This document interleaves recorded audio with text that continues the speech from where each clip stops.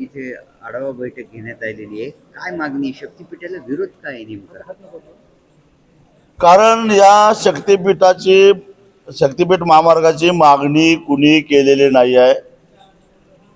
त्यासाठी सरकारवर कुणी दबाव आणलेला नाही आहे किंवा असंही घडलेलं नाही की या महामार्गावर जे काही देवस्थानं येत आहेत त्या देवस्थानाच्या दर्शनाला जाताना भाविकांना त्रास झालेला आहे, ट्रॅफिक जाम झालेला आहे आणि 4-4, 5-5 तास रस्त्यावर ट्रॅफिक जाममध्ये अडकून पडलेले आहेत भाविक। असंही कधी घडलेलं नाही आहे, अगदी पंढरपूरला सुद्धा नाही आहे।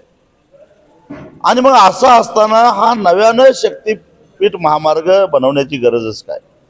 मुळामध्ये हा जो महामार्ग नियोजित आहे तो कोल्हापूर नागपूर जो काय सध्याचा राष्ट्रीय महामार्ग आहे त्याला बरोबर समांतर आहे।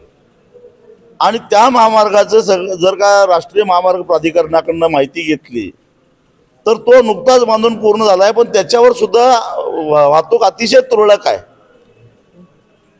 त्याच्यावर जो अपेक्षित टोल जमा व्हायला पाहिजे तो होताना दिसत नाही आहे। जवळ किमान एका टोलवर 40 लाख तरी दररोजचं कलेक्शन व्हायला पाहिजे, पण तिथं 7 ते 8 लाख केवळ कलेक्शन व्हायला लागलेलं आहे। मग हाय तो राष्ट्रीय महामार्ग तोट्यात असताना दुसरा राज्य सरकारचा महामार्ग करून त्यांचाही तोटा वाढवायचा आणि आपलाही तोटा वाढवायचा, ह्यात काय शहाणपणा आहे? आणि म्हणून एकतर हा रस्ता पूर्ण अव्यवहारी आहे, शिवाय महाविकास आघाडी सरकार जेव्हा महाराष्ट्रात सत्तेवर होती त्यावेळी त्यांनी जे काही शासन निर्णय केलेला आहे त्यामुळं 2013च्या कायद्याचा पूर्ण आत्माच नाहीसा झालेला आहे आणि होणारं भूमी संपादन हे 1956च्या कायद्यानुसार म्हणजे सक्तीचं होणार आहे, पोलिसांच्या बंदोबस्तात होणार आहे। आणि त्याचा मोबदला जो आहे तो समृद्धी महामार्गाला जो मोबदला मिळाला त्याच्या केवळ 40% मोबदला मिळणार आहे। मग शेतकऱ्यांच्या जमिनी अक्षरशः कायद्याचा वरवंटा फिरवून लुबाडायचं, शेतकऱ्यांना देशद्रोही लावायचं, जवळपास 83,300 कोटी रुपयाचा कर्जाचा बोजा सरकारवर वाढवायचा आणि वर्षानुवर्ष प्रवास करणाऱ्या प्रवाशांच्यावर टोल नाका लादून हे धंदे कशासाठी? काही राजकीय नेत्यांची आर्थिक गरिबी हटवण्यासाठी, प्रशासनातल्या अधिकाऱ्यांना पैसा खातावा यासाठी? हे आम्ही कदापि होऊन देणार नाही, म्हणून आमचा विरोध आहे। बरं साहेब, अधिवेशन सुरू आहे, केंद्रात असेल, आता महाराष्ट्रातही आहे, पण आधी माझ्या माहितीप्रमाणे काल शुक्रवारी विधान परिषदेमध्ये चर्चा झाली असं ऐकलंय, परंतु ज्या ताकदीनं व्हायला पाहिजे ते होताना दिसत नाहीये। अधिवेशनात विरोधकांनी असा आरोप केला की शक्तीपीठ महामार्ग करणारे जे ते सरकारचे दावा आहेत का त्यांनी सभागृहात आवाज उठवला विरोधकांनी।